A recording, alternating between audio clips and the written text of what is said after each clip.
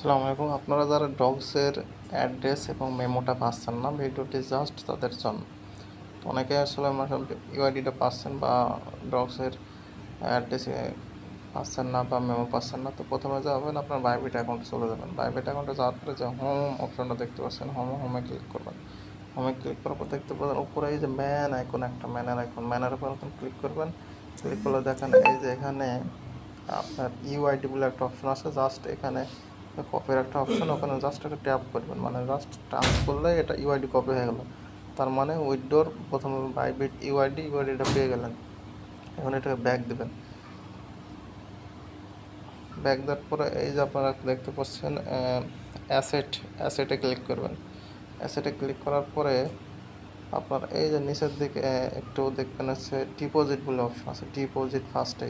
ডিপোজিটে ক্লিক করবেন। ডিপোজিটে ক্লিক করার পর নিচে দেখতে পাচ্ছেন ডিপোজিট ক্রিপ্টো লেখা দিয়েছে। ডিপোজিট ক্রিপ্টোতে ক্লিক করবেন।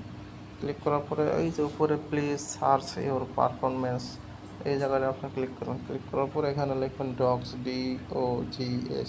ডগস লেখার পর ডান দেবেন।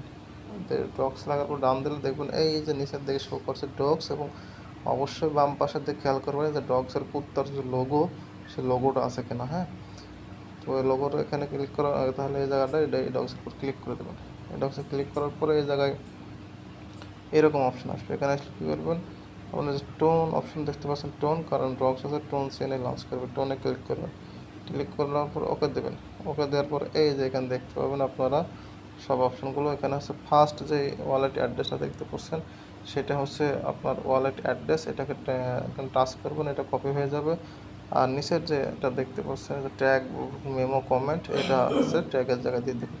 তাহলে এখানে আর কোনো সমস্যা নেই। তো আপনারা বুঝতে পারছেন, কারণ এখানে ইউআইডি দেখালাম, অ্যাড্রেস কোথায় পাবেন সেটা দেখালাম, এবং ট্যাগ মেমো কোথায় পাবেন সেটা দেখালাম। তো ধন্যবাদ সবাইকে। ভিডিওটি ভালো লাগলে অবশ্যই লাইক কমেন্ট করবেন।